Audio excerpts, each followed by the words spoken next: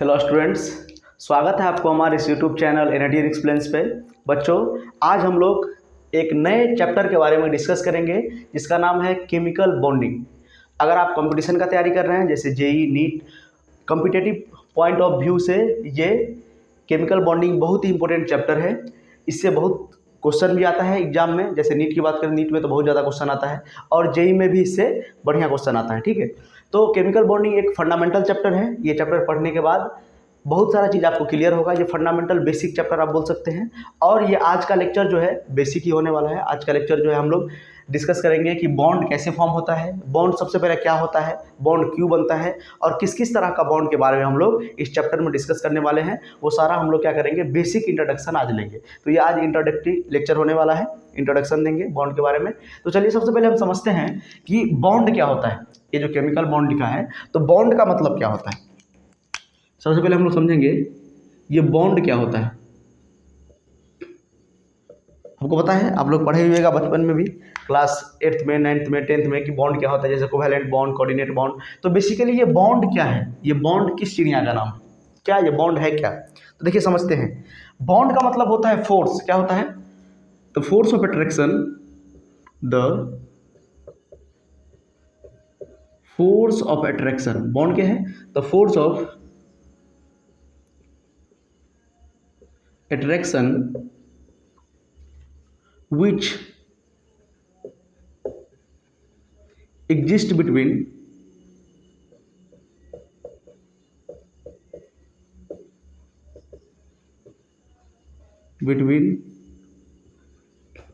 To or more atoms, दो या दो से अधिक एटम के बीच में जो फोर्स ऑफ अट्रैक्शन होता है between two or more atoms, hold them together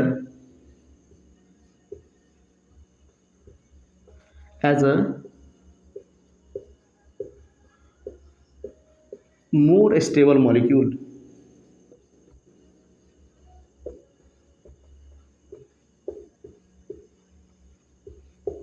ये बॉन्ड क्या होता है, ये बॉन्ड होता है फोर्स ऑफ अट्रैक्शन। बॉन्ड क्या होता है, फोर्स ऑफ अट्रैक्शन।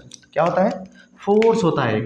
बॉन्ड क्या होता है, फोर्स ऑफ अट्रैक्शन होता है, अट्रैक्शन फोर्स होता है जो दो या दो से अधिक एटम के बीच में लगता है। और hold them together as a more stable molecule. और दो या दो से अधिक एटम एक साथ जो दो या दो से अधिक एटम को एक साथ, ये जो अट्रैक्टिव फोर्स होता है बांध के रखता है as a more stable molecule. ठीक है, जैसे अगर हम बात करेंगे तो ये एक एटम है, ये दूसरा एटम है, और ये दोनों क्या करता है, एक दूसरे से बॉन्ड बनाता है। क्या बनाता है, बॉन्ड बनाता है, और ये एक साथ रहता है। ठीक है, as a more stable molecule, as a more stable molecule. ठीक है, इसी को हम लोग क्या बोलते हैं, बॉन्ड बोलते हैं। ठीक है, ठीक है, तो बॉन्ड का मतलब समझ गए, the force of attraction. Basically bond क्या है, फोर्स ऑफ अट्रैक्शन है जो दो या दो से अधिक एटम के बीच में लगता है और दो या दो से अधिक एटम को बांध के रखता है एक साथ as a more stable molecule. ठीक है, अब देखिए, तो बॉन्ड का मतलब समझ में आ गया। बॉन्ड एक फोर्स होता है। क्या होता है, बॉन्ड एक फोर्स होता है जो दो या दो से अधिक एटम या दो एटम या दो से अधिक एटम के बीच में लगता है और मोर स्टेबल मॉलिक्यूल को फॉर्म करता है। तो हम लोग समझते हैं कि बॉन्ड क्यों बनता है, बॉन्ड बनना जरूरी क्यों है, दो एटम आपस में कंबाइन क्यों करता है, ये दो एटम के बीच में फोर्स क्यों लगना जरूरी है, क्यों लगता है। तो समझते हैं व्हाई बॉन्ड इज फॉर्म्ड। पहले हम लोग को समझना है कि बॉन्ड क्यों बनता है, why bond is formed. Bond ये क्यों बनता है। देखिए, बहुत सारा रीजन है बॉन्ड बनने का। अगर बेसिक रीजन आप लोग डिस्कस करेंगे, हम लोग डिस्कस करेंगे, और जो पहले भी आप पढ़े होइएगा, वो है to complete octet. To complete octet, octet complete करने के लिए। ऑक्टेट क्या है, ऑक्टेट क्या है, ऑक्टेट है ये एक स्टेट होता है किसी भी एटम का जब इसके वैलेंस शेल में 8 इलेक्ट्रॉन हो जाता है। ठीक है, ये ऐसा स्टेट होता है किसी भी एटम का जब उसके वैलेंस शेल में 8 इलेक्ट्रॉन हो जाएगा, उसी को क्या बोलते हैं, ऑक्टेट कंप्लीट होना। जो लुईस सर ने बताया था कि एटम कंबाइन करता है इसलिए, एटम के बीच में बॉन्ड बनता है इसलिए ताकि वो अपना ऑक्टेट कंप्लीट कर सके। एटम के बीच में बॉन्ड क्यों बनता है? ताकि वो अपना ऑक्टेट कंप्लीट कर सके। तो पहला रीजन तो ये हो गया कि बॉन्ड क्यों बनता है दो एटम के बीच में, ताकि वो अपना ऑक्टेट कंप्लीट कर सके, मतलब अपने वैलेंस शेल में 8 इलेक्ट्रॉन कंप्लीट कर सके। जैसे ऑक्सीजन के पास 6 इलेक्ट्रॉन है, दूसरे ऑक्सीजन से कंबाइन करेगा तो शेयरिंग करेगा इलेक्ट्रॉन का और 8 इलेक्ट्रॉन अपना कंप्लीट कर लेगा। तो पहला रीजन तो ये हो गया। ठीक है, ये काफ़ी हद तक सही भी है, काफ़ी हद तक ये आपको बताएंगे, ये बहुत सारा एटम इसको इस रूल को वायलेट करता है। ठीक है, मतलब पालना नहीं करता इस नियम का। दूसरा जो है to attain stability,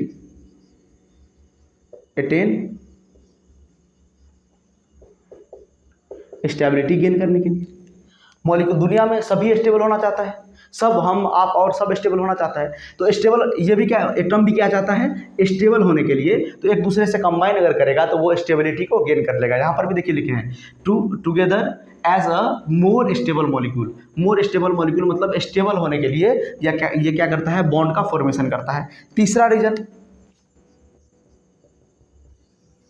to decrease reactivity. अगर कोई भी मॉलिक्यूल अगर स्टेबल हो गया, बॉन्ड बना के स्टेबल हो गया, तो अब उसका रिएक्टिविटी डिक्रीज हो गया, वो दूसरे सब कम रिएक्शन करेगा। ठीक है, अगर ऑक्सीजन ने ऑक्सीजन से रिएक्शन कर लिया, बॉन्ड बना लिया है, ऑक्सीजन ने ऑक्सीजन से बॉन्ड बना लिया है, तो इसका अब कम चांस है कि ये दूसरे से बॉन्ड बनाए। इसका क्या है, बहुत कम चांस है, इसका क्या हो, डिक्रीज हो गया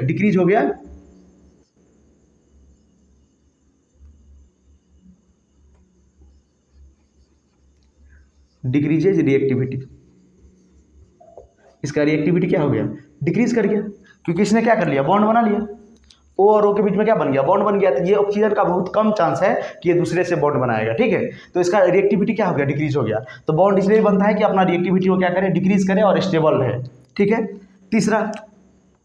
चौथा जो कि सबसे इंपॉर्टेंट है, इसमें स्टार लगा के रखेंगे, टू डिक्रीज पोटेंशियल एनर्जी।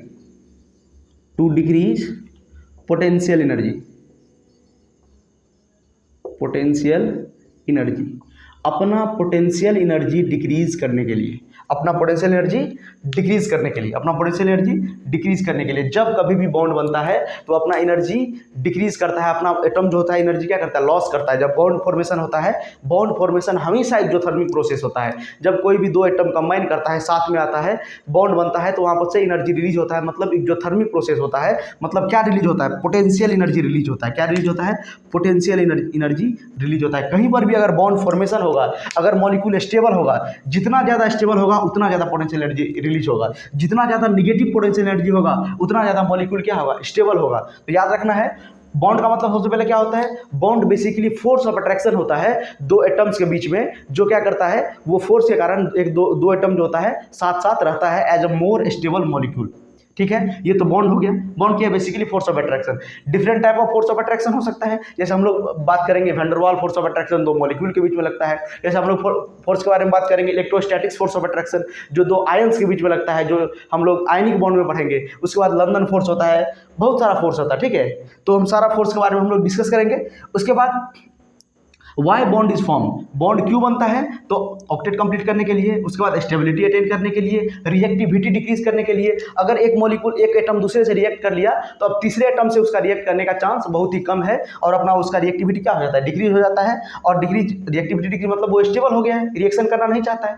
ठीक है, टू डिक्रीज पोटेंशियल एनर्जी, और अपना पोटेंशियल एनर्जी क्या करता है, डिक्रीज करता है। कहीं पर भी अगर बॉन्ड फॉर्मेशन होगा तो पोटेंशियल एनर्जी वहां पर डिक्रीज करेगा। इसको नोट कीजिए, उसके बाद आगे बढ़ते हैं।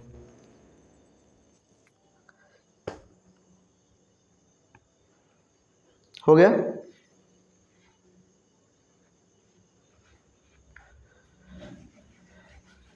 तो जो बॉन्ड फॉर्मेशन होता है वो एक्सोथर्मिक प्रोसेस होता है। बॉन्ड फॉर्मेशन क्या होता है, जब कभी भी बॉन्ड बनेगा तो एनर्जी रिलीज होगा, जो रिलीज एनर्जी होगा वो पोटेंशियल एनर्जी होगा। क्या होगा, पोटेंशियल एनर्जी। अपना एनर्जी डिक्रीज करता है,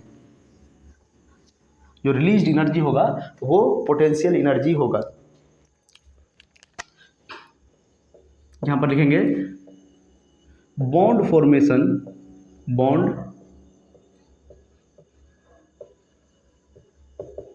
formation is an exothermic process, exothermic process, जो बॉन्ड फॉर्मेशन होता है वो एक्सोथर्मिक प्रोसेस होता है। जब कभी भी बॉन्ड बनेगा, जब कभी भी दो मॉलिक्यूल के, दो एटम्स के बीच में बॉन्ड बनेगा, तो वो एक्सोथर्मिक प्रोसेस होगा, मतलब हीट रिलीज होगा। एक्सोथर्मिक प्रोसेस मतलब हीट क्या होगा, रिलीज होगा हीट। एटम मतलब वो अपना पोटेंशियल एनर्जी क्या करेगा, डिक्रीज करेगा। और बॉन्ड डिसोसिएशन जो होता है, एंड जो बॉन्ड डिसोसिएशन होता है, and bond dissociation,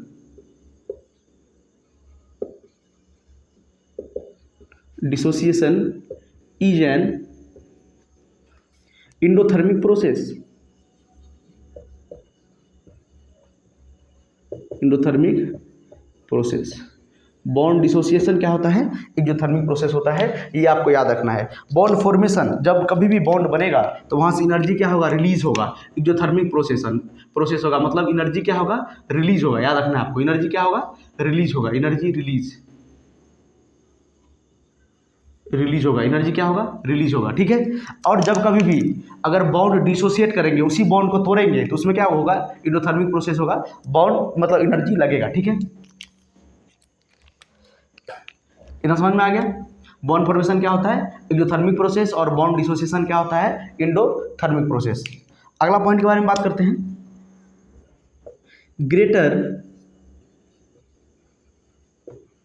greater is the bond energy, bond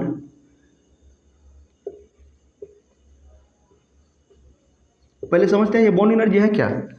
बोल रहा है अगर बॉन्ड एनर्जी ज़्यादा होगा तो सबसे पहले बॉन्ड एनर्जी है क्या, बॉन्ड बनने के बाद, केमिकल बॉन्ड बनने के बाद, दो एटम के बीच में अगर बॉन्ड बनेगा, उसके बाद जितना एनर्जी रिलीज होगा उसी को हम बोलेंगे बॉन्ड एनर्जी। किसी भी दो एटम के बीच bond formation is an exothermic process. कहने का मतलब किसी भी दो एटम के बीच अगर बॉन्ड बनेगा तो जो जितना एनर्जी रिलीज होगा उसी को हम लोग बोलेंगे बॉन्ड एनर्जी। या उस बॉन्ड को तोड़ने में हमको जितना एनर्जी लगेगा उसी को हम बोलेंगे bond energy. Bond dissociation energy, जो डिसोसिएशन, बॉन्ड को डिसोसिएट करने के लिए जितना एनर्जी हमको देना पड़ेगा उसको बोलेंगे बॉन्ड एनर्जी। देखिए बॉन्ड एनर्जी क्या होगा, सपोज ये ऑक्सीजन और ऑक्सीजन के बीच में ये बॉन्ड है, ठीक है। तो इसके बनने के दौरान जितना एनर्जी रिलीज हुआ उसी को हम लोग क्या बोलेंगे, बॉन्ड एनर्जी बोलेंगे। अच्छा बताइए, जितना एनर्जी रिलीज हुआ होगा उतना ही एनर्जी देना पड़ेगा इसको तोड़ने के लिए भी। जितना एनर्जी इसके फॉर्मेशन के दौरान, जितना पोटेंशियल एनर्जी इसका डिक्रीज हुआ होगा, जितना पोटेंशियल एनर्जी रिलीज हुआ होगा, उतना ही एनर्जी हमको देना पड़ेगा इसको तोड़ने के लिए भी। तो बॉन्ड एनर्जी क्या हो सकता है, या तो जितना एनर्जी रिलीज होगा बॉन्ड फॉर्मेशन के टाइम में उसको बोलेंगे बॉन्ड एनर्जी, या जितना एनर्जी हम देंगे इसको तोड़ने के लिए, ठीक है। दोनों का साइन खाली डिफरेंट होगा बस, लेकिन बॉन्ड एनर्जी का वैल्यू सेम होगा। वैल्यू क्या होगा, सेम होगा। जितना एनर्जी इसको रिलीज होगा ये बॉन्ड फॉर्मेशन में, उतना ही एनर्जी हमको देना पड़ेगा इस बॉन्ड को तोड़ने के लिए। तो बॉन्ड एनर्जी समझ में आ गया, ठीक है। तो greater the bond energy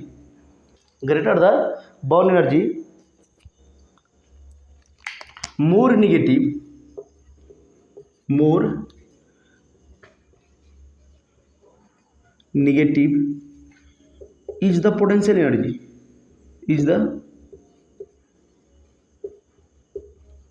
potential energy, and hence more stable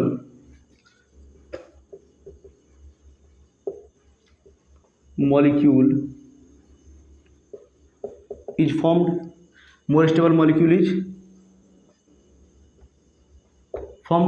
ज़्यादा स्टेबल मॉलिक्यूल बनेगा। देखिए ये बहुत इंपॉर्टेंट पॉइंट है, आपको याद रखना है। Greater is the bond energy, अगर बॉन्ड एनर्जी ज़्यादा होगा तो ज़्यादा निगेटिव होगा पोटेंशियल एनर्जी, ज़्यादा एनर्जी रिलीज होगा, और क्या होगा, hence more stable molecule is form. अब मॉलिक्यूल भी क्या होगा, ज़्यादा स्टेबल होगा। जितना ज़्यादा बॉन्ड एनर्जी उतना ही ज़्यादा एनर्जी रिलीज हुआ है, उतना ही ज़्यादा अपना पोटेंशियल एनर्जी डिक्रीज किया है। बॉन्ड क्यों फॉर्म होता है, पोटेंशियल एनर्जी डिक्रीज करने के लिए। तो जितना अगर बॉन्ड एनर्जी जितना ज़्यादा होगा, ग्रेटर द बॉन्ड एनर्जी मतलब जितना बॉन्ड फॉर्मेशन के दौरान जितना एनर्जी रिलीज हुआ है, तो वही तो है पोटेंशियल एनर्जी। तो जितना ज़्यादा बॉन्ड एनर्जी हो गया उतना निगेटिव क्या होगा, पोटेंशियल एनर्जी, और उतना ज़्यादा स्टेबल होगा मॉलिक्यूल। जितना ज़्यादा एनर्जी रिलीज करेगा, जितना ज़्यादा एनर्जी अपना कम करेगा, वो जितना रिलीज करेगा उसी को हम लोग क्या बोलेंगे, बॉन्ड एनर्जी। और जितना ज़्यादा बॉन्ड एनर्जी होगा उतना पोटेंशियल एनर्जी डिक्रीज करेगा, उतना स्टेबल मॉलिक्यूल होगा।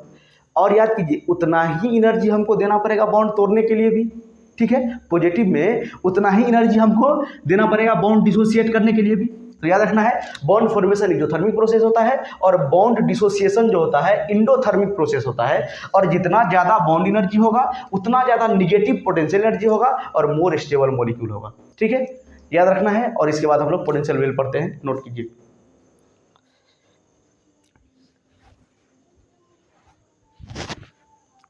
हो गया,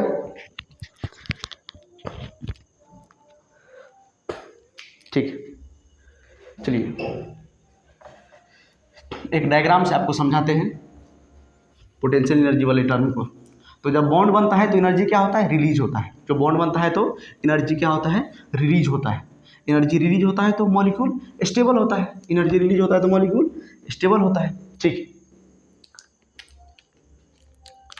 चलिए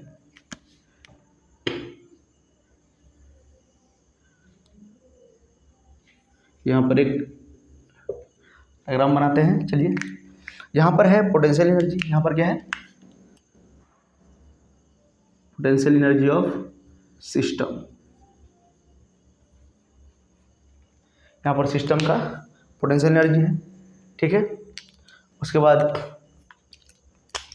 देखिए ये वाला वैल्यू है जीरो ओरिजिन, यहाँ पर है पॉजिटिव वैल्यू, ये क्या है पॉजिटिव। और यहाँ पर बात करेंगे तो निगेटिव। नीचे वाला क्या है, वाई एक्सिस। ये जो वाई एक्सिस है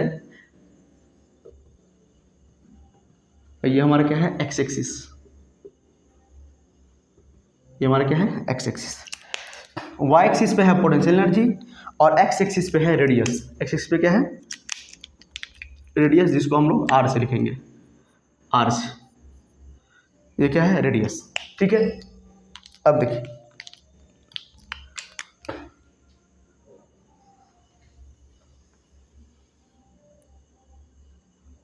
ठीक है, चलिए ये रेडियस है और पोटेंशियल एनर्जी। पोटेंशियल एनर्जी और आर के बीच में हमने एक ग्राफ बनाया है। पोटेंशियल एनर्जी, इसको हम पोटेंशियल वेल भी बोलते हैं, ठीक है, लेकिन वेल जैसा है ना। तो पोटेंशियल एनर्जी और आर के बीच में हम लोगों ने ग्राफ बनाया। देखिए क्या इंपॉर्टेंस है इसका। ये जो आर है, सबसे पहले ऊपर में लिखते हैं, ये आर का मतलब है डिस्टेंस बिटवीन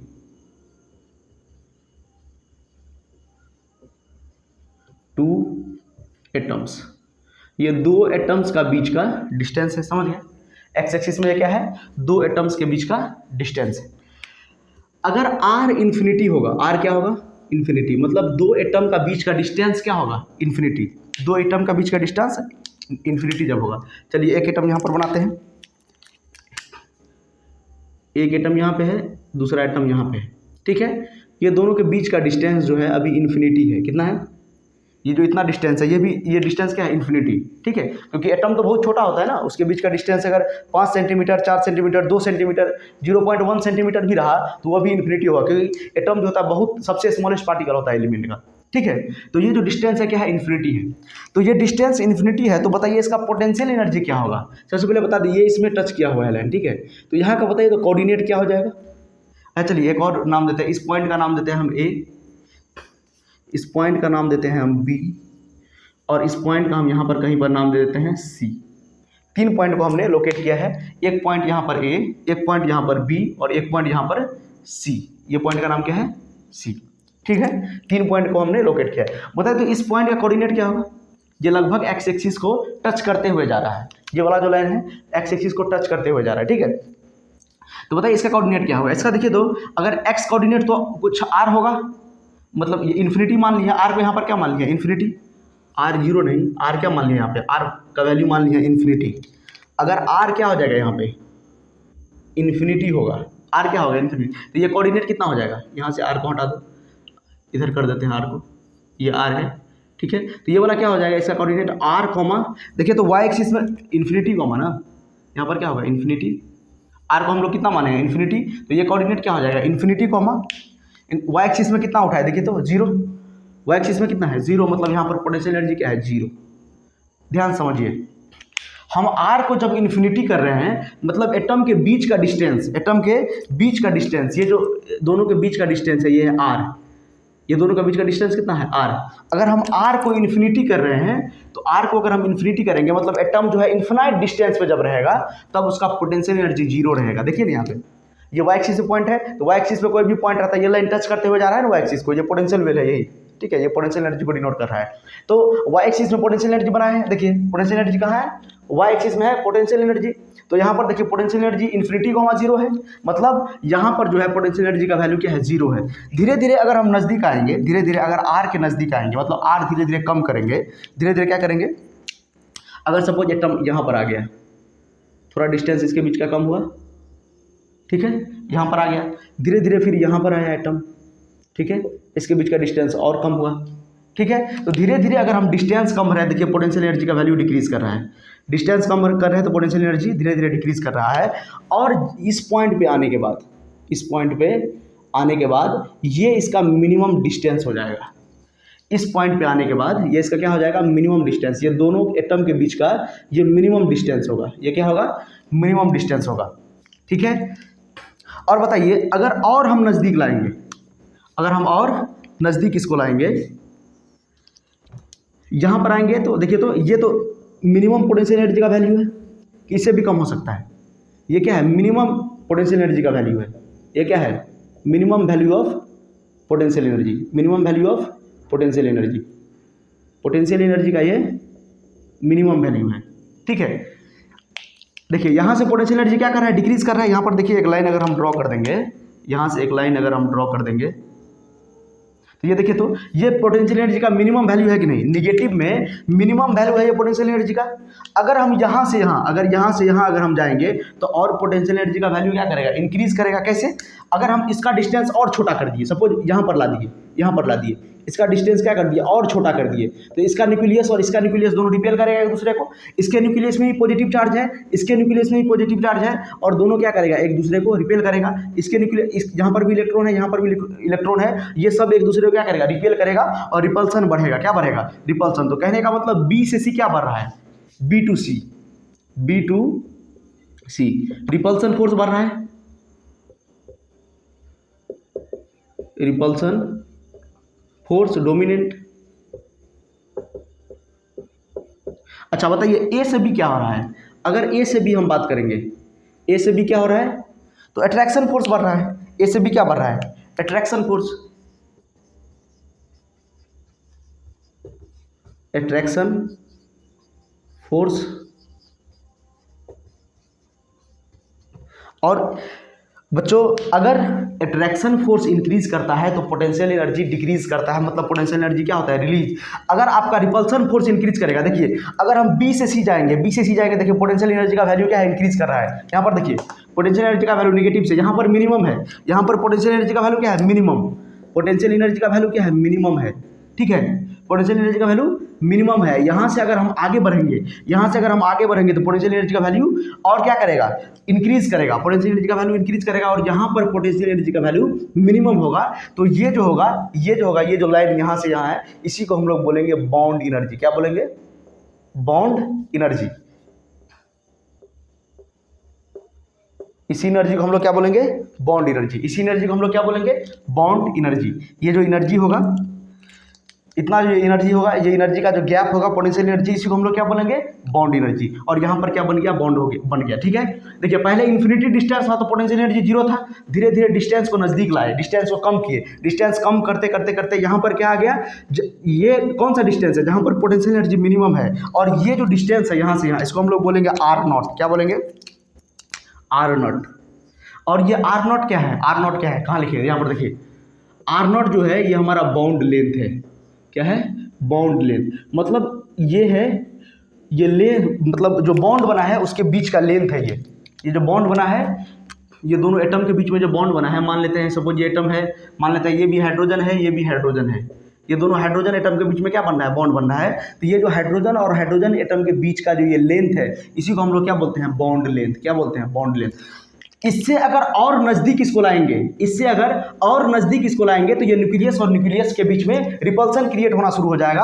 और रिपल्सन देखिए बी से सी क्या बढ़ रहा है, रिपल्सन फोर्स बढ़ रहा है। रिपल्सन फोर्स बढ़ने के कारण से बी से सी क्या बढ़ रहा है, रिपल्सन फोर्स डोमिनेट कर रहा है, और ए से बी अट्रैक्शन फोर्स डोमिनेट कर रहा है। अट्रैक्शन फोर्स डोमिनेट करता है तो पोटेंशियल एनर्जी डिक्रीज करता है, एनर्जी रिलीज करता है, बॉन्ड का फॉर्मेशन होता है। और इससे ज़्यादा अगर हम क्लोज करेंगे एटम को, और एटम को ज़्यादा, ये देखिए मिनिमम डिस्टेंस है इसका, इससे ज़्यादा अगर हम क्लोज करेंगे तो रिपल्सन फोर्स क्या होगा, इंक्रीज करेगा, और बॉन्ड स्टेबिलिटी से, ये मतलब ये स्टेबल से ये डिसस्टेबल हो जाएगा। कहने का मतलब ये स्टेबिलिटी इसका खत्म हो जाएगा और बॉन्ड डिसोसिएट हो जाएगा। ठीक है, रिपल्सन फोर्स इंक्रीज कर जाएगा। तो ये पोटेंशियल वेल था।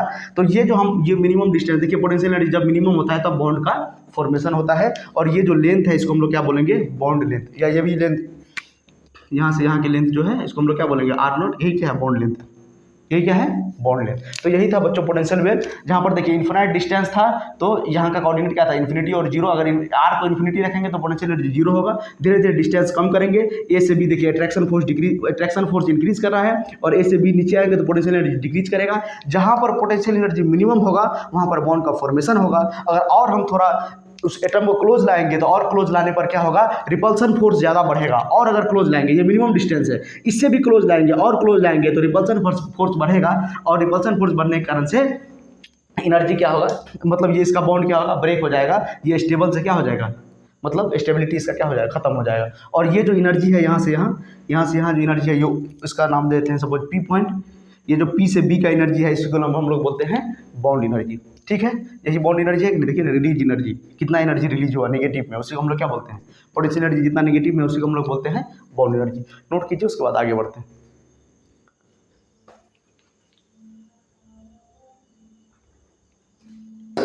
हो गया।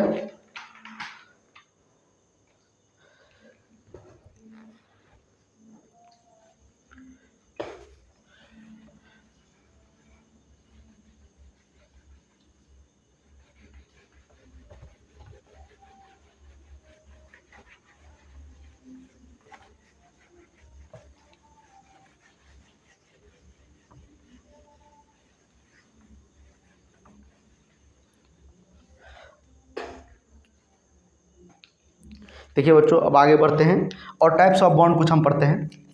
तो हेडिंग क्या है,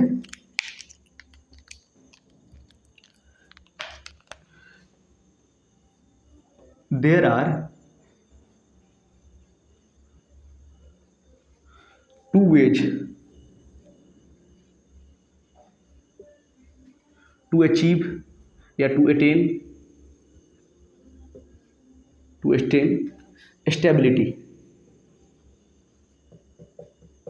स्टेबिलिटी अटेन करने के लिए दो तरीका है। अब कोई भी एटम, कोई भी मॉलिक्यूल, मतलब कोई भी एटम जो है दो तरह से स्टेबिलिटी अटेन कर सकता है। कैसे कैसे स्टेबिलिटी अटेन कर सकता है, तो पहला है कि by complete transfer of electron, by complete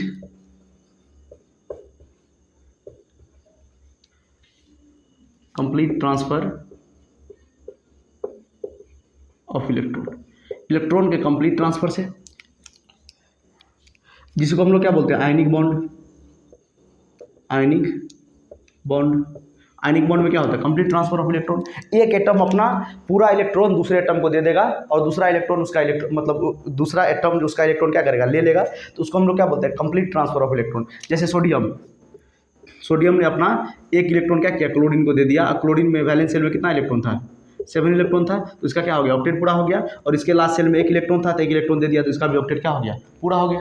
ठीक है, तो ये होता है आयनिक बॉन्ड। ये क्या होता है, हम लोग डिटेल में पढ़ेंगे आयनिक बॉन्ड के बारे में नेक्स्ट लेक्चर में। दूसरा क्या होता है, बाय शेयरिंग ऑफ इलेक्ट्रॉन का शेयरिंग करके भी अपना ऑक्टेट पूरा कर सकता है। बाय शेयरिंग ऑफ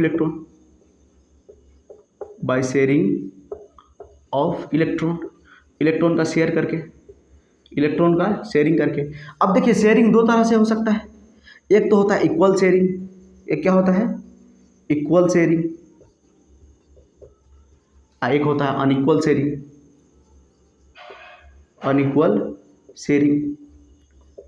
तो कोई भी मॉलिक्यूल दो तरह से अपना स्टेबिलिटी अटेन कर सकता है, एक तो कंप्लीट ट्रांसफर से, एक शेयरिंग से। ठीक है। शेयरिंग भी दो तरह का होता है, एक होता है इक्वल शेयरिंग, एक होता है अनइक्वल शेयरिंग। इक्वल शेयरिंग जब होता है तब बनता है कोवैलेंट बॉन्ड। क्या बनता है? Covalent bond. आप लोग सुने होंगे नाम 10th क्लास में, 9th क्लास में, ठीक है। और ये होता है कोऑर्डिनेट बॉन्ड। कोऑर्डिनेट बॉन्ड,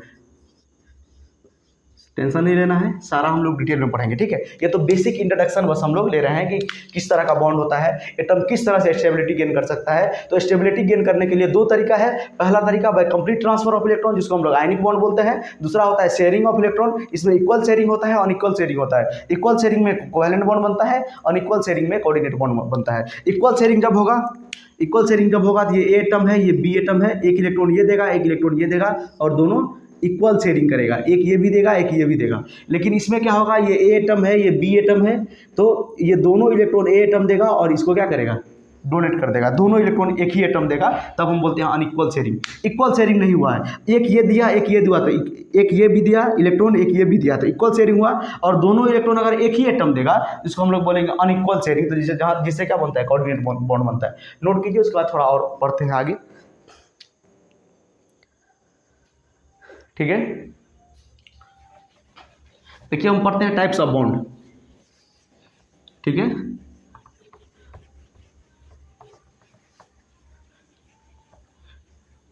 क्या पढ़ेंगे? Types of bond. बॉन्ड कितने तरह का होता है? Types of bond. इसमें सबसे पहले दो कैटेगरी होता है। एक होता है स्ट्रॉन्ग बॉन्ड होता है, एक होता है वीक बॉन्ड। एक होता है स्ट्रॉन्ग बॉन्ड, एक होता है वीक बॉन्ड, ठीक है।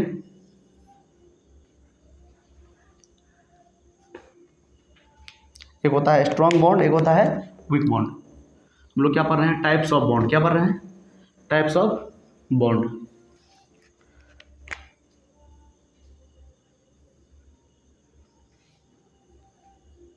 ठीक है, यहां पर लिखते हैं स्ट्रॉन्ग बॉन्ड, यहां पर दूसरा कैटेगरी है हमारा वीक बॉन्ड। देखिए स्ट्रॉन्ग बॉन्ड क्या होता है? स्ट्रॉन्ग बॉन्ड वो बॉन्ड होता है जिसमें एनर्जी 42 किलो जूल पर मोल से ज़्यादा रिलीज हो। इससे ज़्यादा अगर एनर्जी रिलीज हो रहा है तो वो स्ट्रॉन्ग बॉन्ड कैटेगरी में आएगा। स्ट्रॉन्ग बॉन्ड क्या क्या है?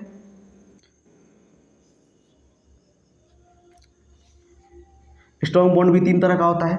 पहला होता है आयनिक बॉन्ड, जो अभी पढ़े थे, जो कंप्लीट ट्रांसफर से बनता है। दूसरा होता है शेयरिंग से, जैसे कोवैलेंट बॉन्ड,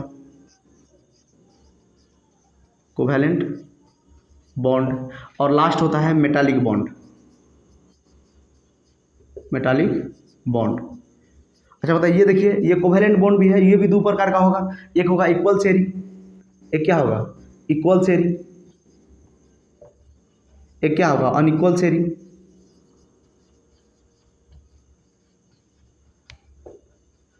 इक्वल शेयरिंग में क्या बनता था? Covalent bond. अरे कोवैलेंट बॉन्ड जो होता है ना, कोऑर्डिनेट बॉन्ड का मतलब, कोऑर्डिनेट बॉन्ड भी एक तरह का क्या है? कोवैलेंट बॉन्ड है, ठीक है। यहाँ पर लिख सकते हैं इक्वल शेयरिंग। मतलब शेयरिंग दो प्रकार का हो सकता है। एक तो इक्वल शेयरिंग, कोवैलेंट बॉन्ड मतलब क्या है? Sharing of electron. तो इक्वल शेयरिंग हो सकता है, अनइक्वल शेयरिंग होता है। अनइक्वल शेयरिंग में क्या बनता है? कोऑर्डिनेट बॉन्ड बनता है। अनइक्वल शेयरिंग को ही हम लोग क्या बोलते हैं? कोऑर्डिनेट बॉन्ड, कोऑर्डिनेट बॉन्ड, इसी को हम लोग क्या बोलते हैं? कोऑर्डिनेट बॉन्ड, ठीक है। तो देखिए स्ट्रॉन्ग बॉन्ड दो प्रकार का होता है, तीन प्रकार का। एक होता है आयनिक बॉन्ड, एक होता है कोवैलेंट बॉन्ड, एक होता है मेटालिक बॉन्ड। और आयनिक बॉन्ड मतलब कंप्लीट ट्रांसफर ऑफ इलेक्ट्रॉन, ठीक है। मेटालिक बॉन्ड हम लोग डिस्कस किए थे, मेटल और इलेक्ट्रॉन्स के बीच का बॉन्ड होता है। ये हम लोग डिस्कस किए थे, पीरियोडिक टेबल में भी डिस्कस किए थे। टाइप्स ऑफ रेडियस में मेटालिक रेडियस, वही है मेटालिक बॉन्ड। जो मतलब मेटल और इलेक्ट्रॉन के बीच का जो बॉन्ड होता है उसको हम लोग क्या बोलते हैं? मेटालिक बॉन्ड बोलते हैं। कोवैलेंट बॉन्ड होता है, कोवैलेंट बॉन्ड में दो प्रकार का बॉन्ड होता है, मतलब वही इक्वल शेयरिंग होता है। इक्वल शेयरिंग में कोवैलेंट बॉन्ड आ गया, अनइक्वल शेयरिंग में क्या आ जाता है? कोऑर्डिनेट बॉन्ड आ जाता है, ये आयनिक बॉन्ड, ठीक है। और एनर्जी कितना रिलीज होता है? 42 किलो जूल पर मोल से ज़्यादा, ठीक है। वीक बॉन्ड देखिए दो कैटेगरी का होता है। वीक बॉन्ड भी क्या होता है? दो कैटेगरी का। एक होता है हाइड्रोजन बॉन्ड। क्या होता है? जो कि हमको इस चैप्टर में पढ़ना है, बहुत इंपॉर्टेंट है, ठीक है। हाइड्रोजन बॉन्ड में जो एनर्जी होता है, अच्छा 42 किलो जूल से ज़्यादा अगर एनर्जी रिलीज होगा तो वीक बॉन्ड, और 42 किलो जूल से कम अगर एनर्जी रिलीज होगा तो एनर्जी जो रिलीज होगा less than 42 kilo joule per mole. ठीक है, याद रखना है। हाइड्रोजन बॉन्ड में क्या होता है, एनर्जी जो होता है 8 मतलब एनर्जी जो होता है वो 8 किलो जूल से लेके 42 किलो जूल के बीच में एनर्जी रिलीज होता है, किलो जूल पर मोल। इसको बढ़िया से लिख सकते हैं, एनर्जी जो होता है 8 किलो जूल से लेके 42 किलो जूल के बीच में रिलीज होता है। ठीक है, 8 और 42 के बीच में अगर एनर्जी रिलीज होगा तो इसको हाइड्रोजन बॉन्ड बोलेंगे। और वीक बॉन्ड में एक और कैटेगरी आता है जिसको हम लोग बोलते हैं वीक फोर्स। क्या बोलते हैं, वीक फोर्स। वीक फोर्स में बहुत सारा टाइप आता है।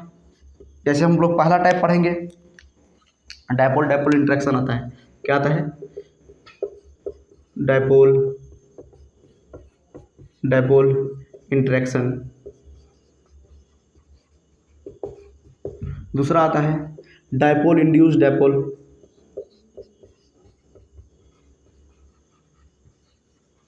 डायपोल इंड्यूस्ड डायपोल, आपको नोट्स मिल जाएगा सारा। और तीसरा आता है instantaneous, INSTAN, instantaneous dipole induced dipole. Dipole induced dipole नीचे दिख रहा है।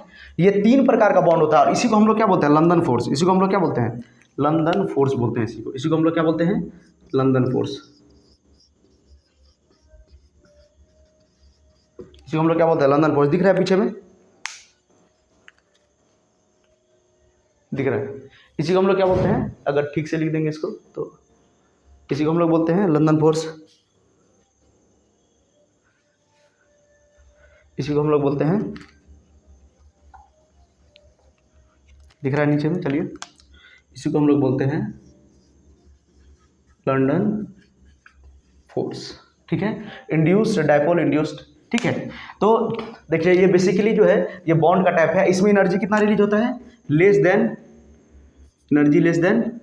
8 किलो जूल पर मोल। ये भी आपको याद रखना है, 8 किलो जूल पर मोल। स्ट्रॉन्ग बॉन्ड जब बनेगा तो energy greater than 42 kilo joule per mole. ठीक है, स्ट्रॉन्ग बॉन्ड 3 प्रकार का, ionic bond, covalent bond, metallic bond. Covalent bond 2 प्रकार का, इक्वल शेयरिंग, अनइक्वल शेयरिंग। और जब वीक बॉन्ड बनेगा तो हाइड्रोजन बॉन्डिंग। हाइड्रोजन बॉन्डिंग में एनर्जी जो है 8 किलो जूल और 42 किलो जूल के बीच में एनर्जी रिलीज होता है। और उसके बाद वीक बॉन्ड जो होता है, ये वीक बॉन्ड जो होता है उसमें एक वीक फोर्स होता है जो 3 प्रकार का होता है, dipole dipole interaction, dipole induced dipole interaction, instantaneous dipole induced dipole. ठीक है, इंटरेक्शन। तो इसी को हम लोग क्या बोलते हैं, लंदन फोर्स। ठीक है, तो बच्चों आज हम लोगों ने डिस्कस किया बॉन्ड क्या होता है। बॉन्ड फोर्स ऑफ अट्रैक्शन होता है जो दो मॉलिक्यूल को स्टेबल करके रखता है, मतलब स्टेबल करके एक साथ में रखता है, as a more stable molecule उसको एक साथ में रखता है। उसके बाद टाइप्स ऑफ बॉन्ड हम लोग अभी पढ़े हैं। उससे पहले हम लोग पढ़े थे जो पोटेंशियल वेल होता है कि पोटेंशियल एनर्जी जब मिनिमम होता है, आपको मैंने दिखाया भी, जब पोटेंशियल एनर्जी मिनिमम होता है तब बॉन्ड का फॉर्मेशन होता है। उसके बाद हम लोग पढ़े थे कि बॉन्ड क्यों बनता है, तो ऑक्टेट पूरा करने के लिए, स्टेबिलिटी गेन करने के लिए, उसके बाद रिएक्टिविटी डिक्रीज करने के लिए और पोटेंशियल एनर्जी डिक्रीज करने के लिए। जब बॉन्ड बनता है तो एनर्जी रिलीज करता है जिसको हम एक्सोथर्मिक प्रोसेस बोलते हैं। और बॉन्ड तोड़ने के लिए जितना एनर्जी हमको देना पड़ता है या बॉन्ड बनने के बाद जितना एनर्जी रिलीज होता है उसी को हम लोग क्या बोलते हैं, बॉन्ड एनर्जी। नेक्स्ट वीडियो में हम लोग डिस्कस करेंगे आयनिक बॉन्ड के बारे में। तब तक वीडियो देखते रहिए, थैंक यू।